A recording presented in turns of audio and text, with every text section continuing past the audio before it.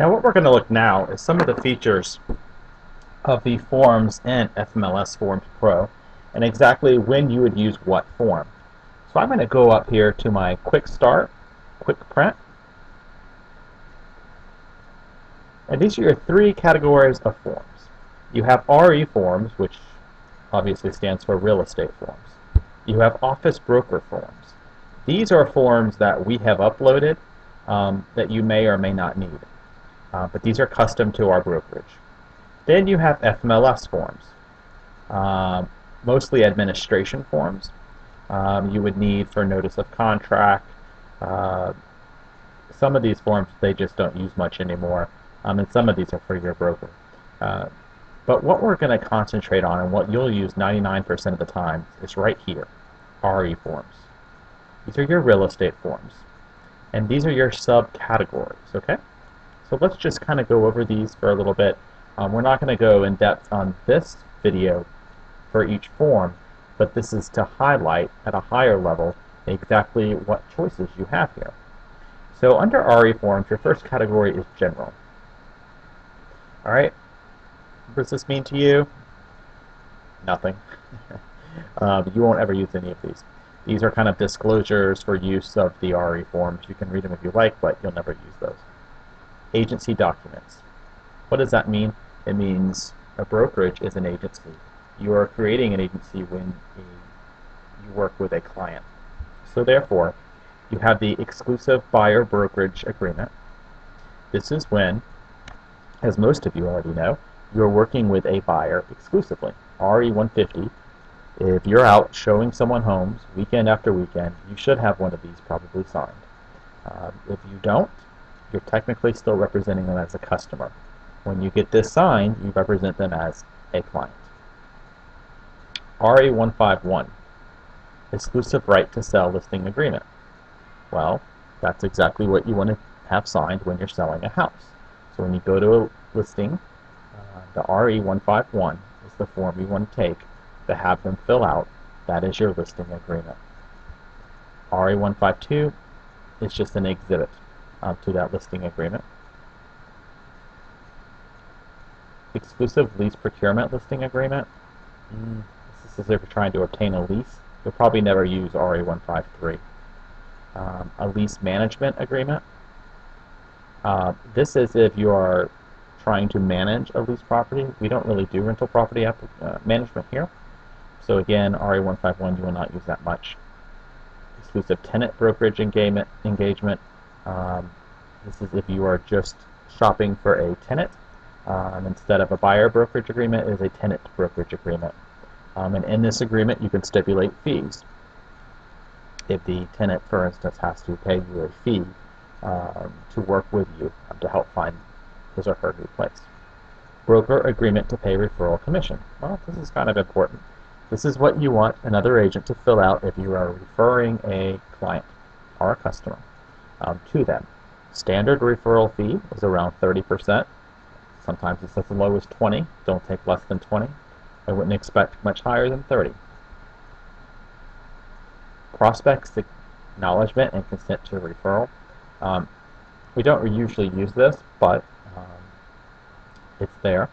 This is that the prospect's acknowledging that he's working with you and that they are consenting to be referred out. And when would I refer out a client of mine to another agent? I might refer out if it's in a totally different neighborhood I'm unfamiliar with. I would refer to another Zellerman agent. If I was out of town for an extended period, I'd probably refer them to another Zellerman agent. Or if they're shopping in another state or relocating, I would find an agent we can refer them to.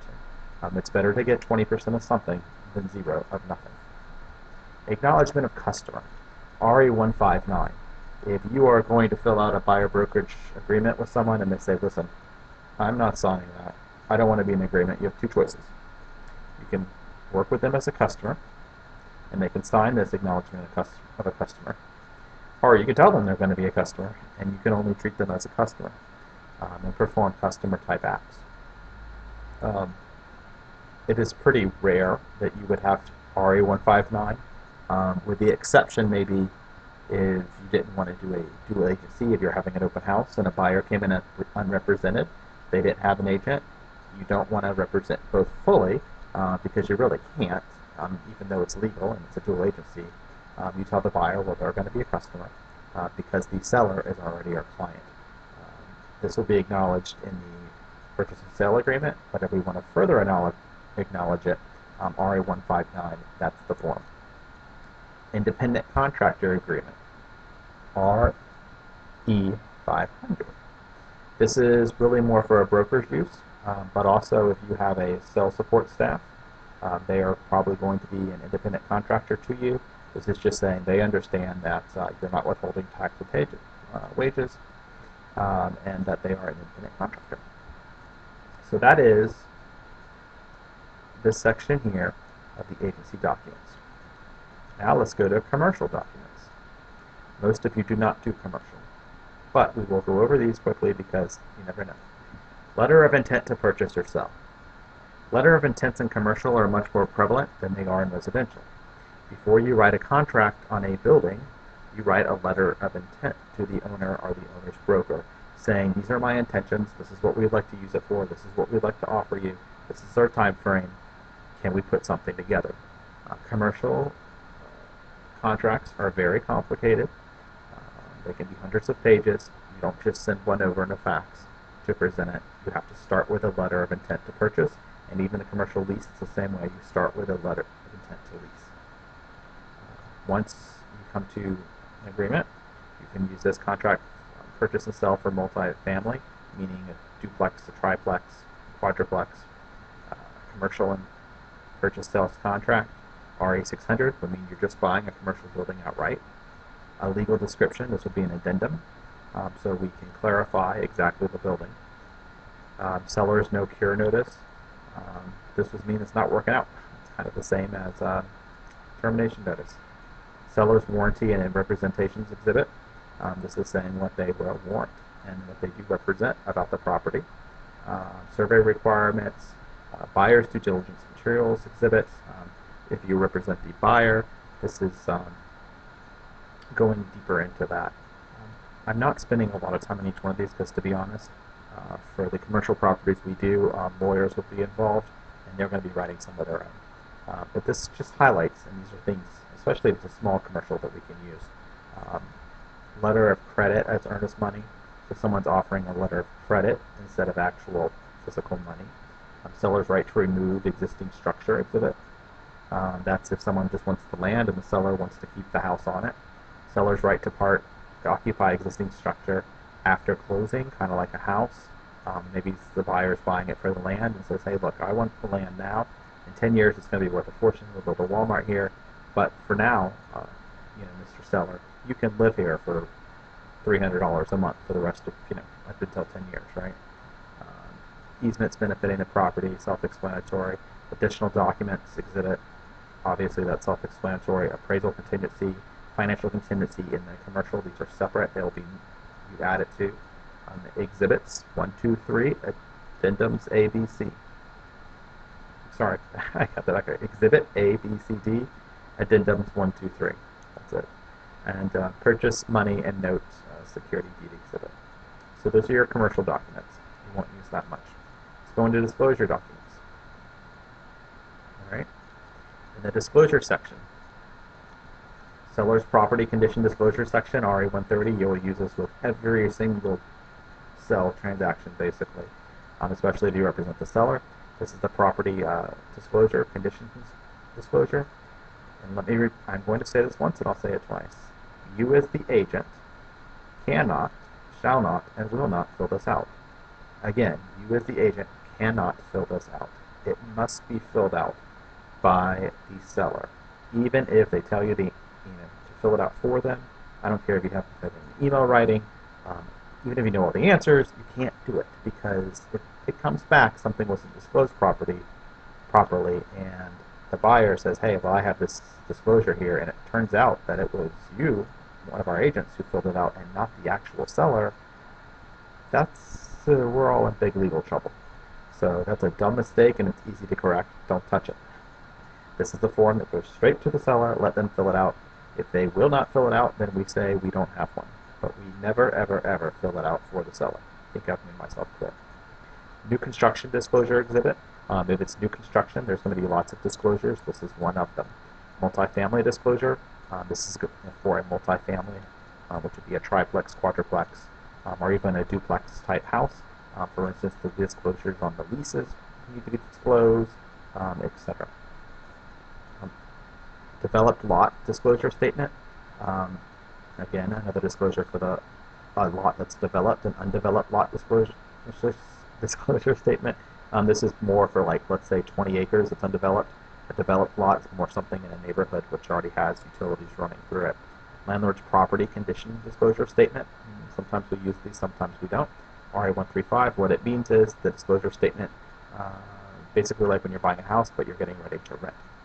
Community association exhibit, this is important. Use RA136 and RA130 with almost every condominium or property that's involved are included in a mandatory HOA. Disclosure of information on lead-based paint has to be done if it's before 1978. EPA is to protect your family from lead in the home. You have to give your potential buyer or seller this brochure if your home falls into the disclosure period for lead-based paint.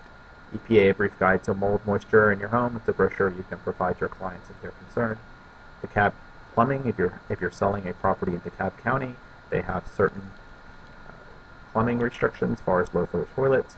This must be attached to all contracts. And a citizen's guide to radon, that's kind of helpful for any buyer buying. House selling, this is just a guide, the process of how to sell your home. Use it if you think it's handy, don't use it if you don't. All right. Financing and contingency documents. FHA loan exhibit. If someone is buying an FHA house, meaning they're probably putting 3% down, you use this exhibit. If it is FHA, make sure if it's a condominium, make sure the condominium building is FHA certified. There is a website you can go to check. It's updated every day. If you don't know what the site name is, type in FHA in Google, FHA condominium complex in Google, something to that nature, and the website will pop up. If you can't find it, talk to your broker. VA loan exhibit. This is obviously for anyone that's been involved in as a veteran.